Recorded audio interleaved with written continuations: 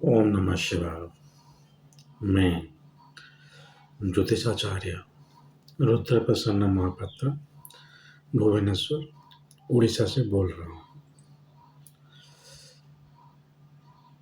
आज मैं जो टॉपिक में बात करूँगा वो है रुद्राक्षों पर।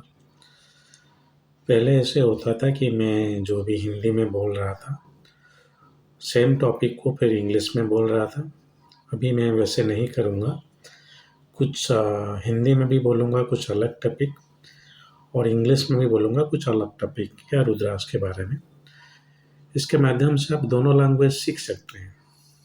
मैं किसी भी लैंग्वेज को प्रमोट नहीं कर रहा हूँ, खुद की एक्सपीरियंस से बता रहा हूँ। जब मैं नॉर्दर्न इंडियन स्टेट में जाता हूँ वहाँ पे अंग्रेजी में प्रेजेंट करना चाहता हूँ तो वो लोग बोलते हैं कि नहीं, हमें समझ नहीं आएगा। मुझे पता नहीं क्यों, क्योंकि अब तक अंग्रेजी जो है हमारा ऑफिशियल लैंग्वेज है। बहुत सारे किताब जो हैं वो अंग्रेजी में लिखा जाता है। आप देखेंगे साउदर्न इंडिया में बीवी रमन जी का किताब हो गया। शुक्र है कि गुरुवर केन राव की किताब और भारतीय विद्याभवन के जो छात्र छात्री हैं वो शोध कर रहे हैं, वो हिंदी में भी लिख रहे हैं। लेकिन साउथ इंडिया में जो लिख रहे हैं वो ज़्यादातर किताब अंग्रेजी में ही है। ज़्यादातर क्या, सभी सब अंग्रेजी में ही है या उनका लोकल लैंग्वेज में है। तो इसीलिए मेरे मेरे सबसे ये आग्रह है कि जो भी ज्योतिष हैं वो दो लैंग्वेज सीख लें। एक है हिंदी, एक है इंग्लिश। मैं पहले थोड़ा हिंदी के लिए हिचकिचा रहा था। अभी मैं अगर हिंदी बोल पा रहा हूँ, पढ़ पा रहा हूँ, समझ तो पा ही रहा हूँ, कोई बात नहीं। ज़रूरत पड़े तो कुछ हद तक लिख भी लूँगा। तो आप उसी तरह अंग्रेजी को समझने के लिए कोशिश कीजिए। सो मैं इसीलिए अंग्रेजी में डिफरेंट बोलूँगा। अंग्रेजी किताब पढ़ी है। हाँ, तो वो जो रिसेंट राइटिंग है जैसे मॉडर्न एस्ट्रोलॉजी हो गया मैगज़ीन, तो कैसे पढ़ेंगे आप लोग? मैगज़ीन तो आपके लिए हिंदी में आएगा नहीं। चलिए, मेरा ये आशा है कि मैं जो बोलना चाह रहा हूँ आप समझ गए होंगे। चलिए, आज का जो विषय है वो है शुक्र के लिए रुद्राक्ष। हम लोगों ने बुध और बृहस्पति तक रुद्राक्ष खत्म कर लिए थे। अब शुक्र के लिए रुद्राक्ष की श्रेणी में मैं आपको बताना चाहता हूँ। मेरा जो बुक है रुद्राक्ष के ऊपर, रुद्राक्ष ज्योतिष, पब्लिश हो चुका है, जिसमें मेरे रुद्राक्ष के ऊपर जितने शोध हैं वो आपको मिल जाएगा। यहाँ पे मैं जो बोल रहा हूँ वो इस किताब में है, ऐसे कुछ नहीं। मैं बहुत कुछ ज़्यादा यहाँ पे बोल रहा हूँ शायद, जो किताब में नहीं मिलेगा आपको, या कुछ चीज़ें आपको किताब में मिल जाएगा जो मैं नहीं बोल रहा हूँ। मेरा वेबसाइट में जो जो चीज़ अपलोड होके रखा था मैं रुद्राक्ष के बारे में, वो सब अब डिलीट हो चुका है क्योंकि कॉपीराइट इन्फ्रिंजमेंट हो जाएगा नहीं तो। चलिए, आज बोल रहा हूँ मैं आपको शुक्र के लिए रुद्राक्ष। आप लोगों को पता होगा, जैसे पहले बोल रहे थे सब लोग, 6 मुखी शुक्र के लिए, ज़रा सर गलत। और मुझे बहुत खुशी है कि जो सब लीडिंग रुद्राक्ष एक्सपर्ट हैं, जैसे एक किसी के नाम में नहीं लूँगा, आप यूट्यूब में आप लोगों को उनको पता होगा, वो रुद्राक्ष सेल भी कर रहे हैं। सो वो अब बोल रहे हैं कि नहीं नहीं, 6 मुखी जो है वो मंगल के लिए है, क्योंकि रूलिंग गॉड जो है वो कार्तिकेय हो गए, तो वो मंगल के लिए है। 6 मुखी रुद्राक्ष के ऊपर मैं एक वैसे शोध भी किया हूँ। ओनली 6 मुखी रुद्राक्ष के ऊपर शायद इस किताब में होगा वो। चलिए, वो बाद में बात करेंगे। शुक्र के लिए 6 मुखी नहीं है। मैं जैसे आपको पहले बोला था कि आप देखिए, पहले जो ग्रह है वो उसका देवी देवता कौन है। अगर वो देवी देवता, जैसे मैं देख रहा था राहु का सरस्वती हैं, और माँ 10वां विद्या में बोला जाता है क्या, छिन्नमस्ता है, वैसे लक्ष्मी कमला शुक्र के लिए है। तो और शुक्र क्या दे सकता है, कारक आपको देखना पड़ेगा, जो कि रुद्राक्ष से अगर कारक होगा तो हाँ,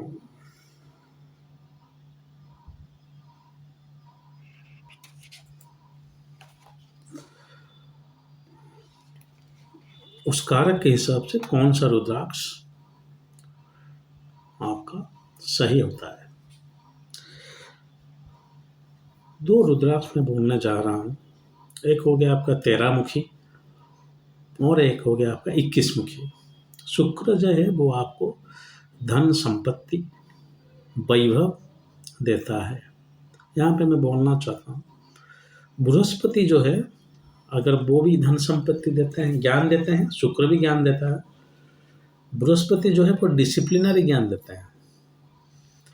किसी भी डिसिप्लिन में जैसे आप देख रहे हैं कोई प्रोफेसर हो गए, पीएचडी हो गया, वो सब बृहस्पति वाले होंगे। वोराशियस राइटर हो गए, ऑथर हो गए, एनालिस्ट हो गए, जिनका डाइवर्सिफाइड फील्ड में नॉलेज है, वो उनके पास किताब आप देखेंगे वेरियस फील्ड। सो वो हो गया शुक्र।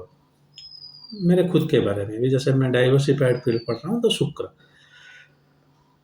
लेकिन जो धन संपत्ति के बात आ रहा है तो लिक्विड कैश बृहस्पति, लेकिन जो वेल्थ शुक्र। जैसे मेरे पास कैश नहीं है लेकिन मैं एक मर्सिडीज लेके घूम रहा हूँ, मैं नहीं, एग्जाम्पल दे रहा हूँ, मेरा तो 4 व्हीलर है ही नहीं, मर्सिडीज क्या लूँगा। लोग शायद मर्सिडीज में घूम रहे हैं, शायद बहुत ठग लिया लोगों को। तो चलिए वो तो अलग बात हो गया। सो मर्सिडीज है आपके पास मतलब एक फाउंटेन पेन है जिसका कॉस्ट है 50,000 रुपीज़। आपके पास एक आप ड्रेस पहन रहे हैं जो ड्रेस बहुत कॉस्टली है।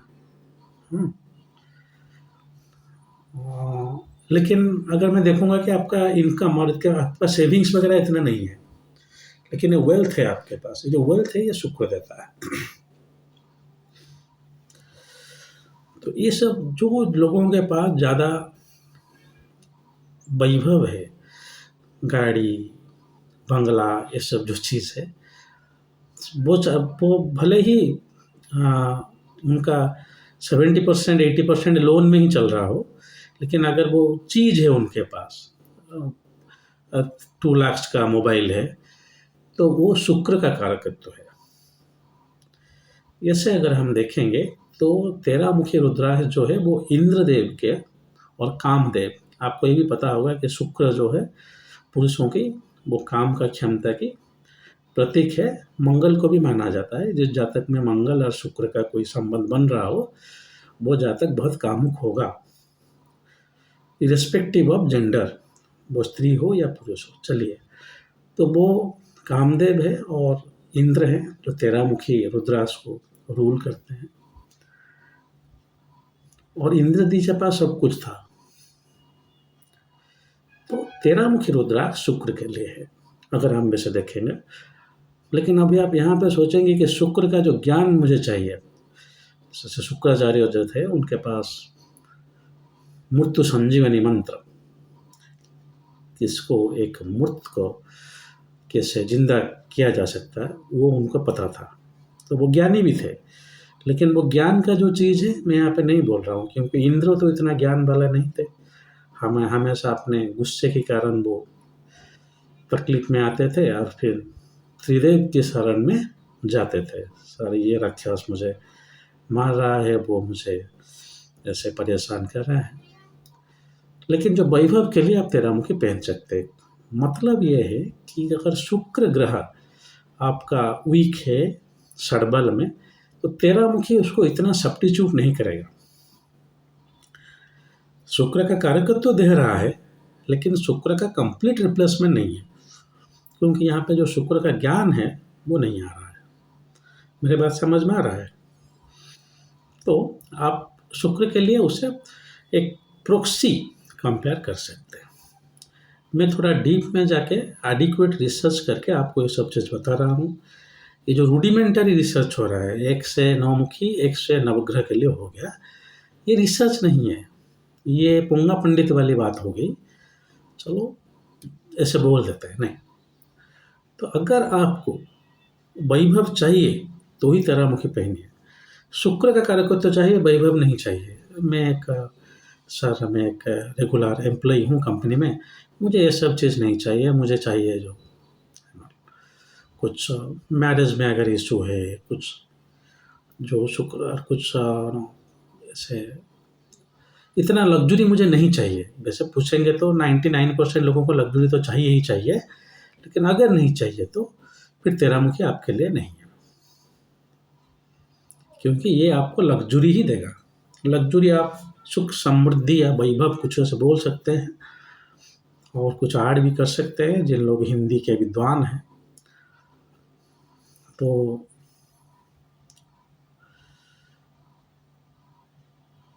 यहाँ पे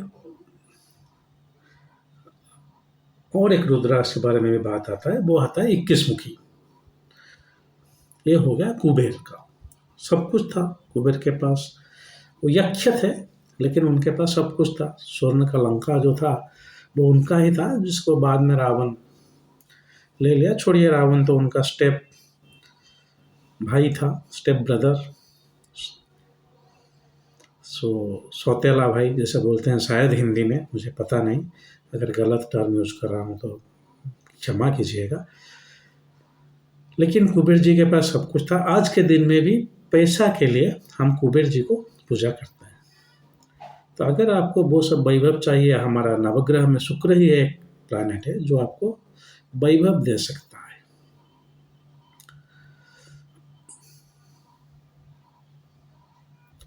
तो इसके लिए आप 21 मुखी भी पहन सकते हैं।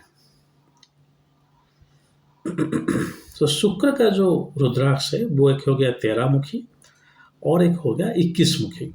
इसके सिवा अगर आप देखेंगे कि 7 मुखी तो छोड़िए, लक्ष्मी का है, लेकिन इतना भी और सारे जैसे इंद्राणी हो गई, ऐसा और सारे कुछ देवी देवताओं की भी वो है।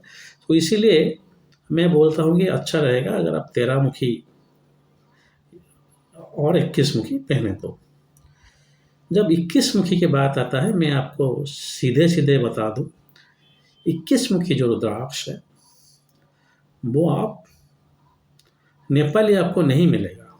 मतलब नहीं मिलेगा, मतलब मिलेगा ही नहीं मिलेगा, बहुत कॉस्टली है। सो आप इंडोनेशियन का 21 मुखी पहन सकते हैं, जो आपको मिल भी जाएगा, और आप इतना भी कॉस्ट नहीं आएगा। मैं कॉस्टिंग के बारे में नहीं बोल रहा हूँ। सर बोलेंगे कि मैं डिसाइड करने वाला हूँ, कॉस्ट नहीं। कॉस्ट कहीं पे भी क्या कुछ भी हो सकता है कि कोई रेगुलेटरी अथॉरिटी नहीं है। लेकिन ये बात सही है, लेकिन इंडोनेशिया से नेपाल कहीं ज़्यादा आएगा कॉस्ट। तो नेपाल का आप पहन सकते हैं, 13 मुखी पहन सकते हैं इंद्र के लिए। आप दोनों भी पहन सकते हैं। अगर आप वैभव चाहते हैं तो दोनों ही पहन सकते हैं। मैं देखा था एक दौर चल रहा था, शायद 2013 होगा शायद। 2013 में जब रुद्राक्ष को ज्योतिष में थोड़ा नया नया शुरू किया जा रहा था, तब कुछ ज्योतिष थे जिनका नाम मैं नहीं ले रहा हूँ, आपका यूट्यूब में है, वो आते रहते हैं, थोड़ा इमेज वाले ज्योतिष हैं वो। तो वो 13 मुखी सबके लिए लिख दे रहे थे, आप ये वाला रतन पहन लीजिए, 13 मुखी 13 मुखी 13 मुखी, क्योंकि 13 मुखी वैभव के लिए होता था। आज के दौर में जहाँ इंडोनेशियन वैरायटी मिल रहा है, आप 21 मुखी भी पहन सकते हैं। चलिए, तो 21 मुखी और 13 मुखी रुद्राक्ष आपका शुक्र के लिए है, जो वैभव देने की क्षमता रखते हैं। जहाँ पे 13 मुखी को आप मैरिज के लिए यूज कर सकते हैं, 21 मुखी को मैरिज के लिए यूज नहीं कर सकते, क्योंकि ये कुबेर जी के साथ एसोसिएटेड है। ऐसे नहीं बोल रहा हूँ कि उनका मैरिटल लाइफ इतना ये नहीं था, लेकिन इंद्र जो है उनका, और ये जो कामदेव जो है, इंद्र बोल रहा हूँ, कामदेव जो है वो 13 मुखी के साथ एसोसिएटेड है। सो अगर आप मैरिज के लिए पहन रहे हैं तो 13 मुखी पहनिए। अगर सिर्फ आपको धन संपत्ति चाहिए तो ज़्यादा 21 मुखी चाहिए। लेकिन दोनों रुद्राक्ष शुक्राचार्य की ज्ञान आपको नहीं दे सकते। जैसे नवग्रह स्तोत्र में लिखा हुआ है, भार्गव शुक्र सर्वशास्त्र प्रवीणा, सब शास्त्रों का ज्ञान रखते थे शुक्राचार्य। तो दोनों ही रुद्राक्ष वो देने में अक्षम है। उसके लिए आप ब्रह्मा जी का रुद्राक्ष पहन सकते हैं ज्ञान वगैरह के लिए, जिसको मैं बृहस्पति दे रहा हूँ। देखिए कहते हैं फाइन ट्यून हमको एनालिसिस करके पहनना चाहिए। ऐसे नहीं कि ये उसके लिए है, उसके लिए है, वो काम करते हैं, नहीं। ग्रह का काम जो है उसका कुछ परसेंटेज काम वो ज़्यादा दर जहाँ पे आ रहा है जिस रुद्राक्ष कर सकता है, हम उसको उसको उस रुद्राक्ष के लिए वो हो सकता है जैसे बोल रहे हैं, लेकिन वो ग्रह का सब कारकत्व देने में सक्षम नहीं होता है रुद्राक्ष। चलिए, आज के लिए इतना ही। हमेशा बोलता हूँ, फिर बोल रहा हूँ, मेरा लेक्चर सुनने के बाद आप खुद अपने के लिए रुद्राक्ष चयन मत कीजिएगा। जी, रुद्राक्ष ज्योतिष बोल रहे हैं तो मैं पहना हूँ, नहीं। कुछ भी ज़रूरत हो तो आप जिस विद्वान से जातक के परीक्षण करवा रहे हैं उन्हें जातक का पूछ लीजिएगा कौन सा रुद्राक्ष। अगर ऐसे आपके पास कोई साधन नहीं है, ऐसे आपके पास कोई एनवायरनमेंट नहीं है, तो आप मुझे भी पूछ सकते हैं रुद्राक्ष के बारे में, मुझसे रुद्राक्ष खरीद भी सकते हैं। अगर कुछ रुद्राक्ष पहन रहे हैं तो वो क्या फल देगा, कुछ पैसे देकर पेड कंसल्टेशन, कृपया आप फ्री कंसल्टेशन के लिए मत आइएगा। मैं कंसल्टेशन फीस ज़्यादा लेता हूँ क्योंकि जो अच्छा एक वैल्यू होता है ज्ञान का, जितना मैं पढ़ाई किया हूँ और लिखाई किया हूँ उस हिसाब से मैं लेता हूँ। तो लेकिन आपको ऑथेंटिक सपोर्ट करूँगा। लेकिन आप ऐसे कुछ प्रश्न पूछ के मुझे परेशान मत कीजिएगा व्हाट्सएप में। अगर आप कुछ चाहते हैं तो मुझे व्हाट्सएप कीजिएगा, उसके बाद आपको रिप्लाई मिल जाएगा। रुद्राक्ष के बारे में जानना, खरीदना या कैसे पहनना वगैरह वगैरह, कंसल्टेशन या परचेज। अगर वीडियो अच्छा लगा तो लाइक कीजिए, बुरा लगा तो डिसलाइक कीजिए। एक मेरा अनुरोध है, शेयर कर दीजिएगा ज़्यादातर लोगों के पास मेरा रुद्राक्ष के वीडियो जो है वो पहुंच जाए। आज के लिए इतना ही। अगर महादेव ने चाहा और एक नए वीडियो के साथ जल्द ही आपके सम्मुख उपस्थित हूँगा। तब तक के लिए आज्ञा दीजिए। ओम नमः शिवाय।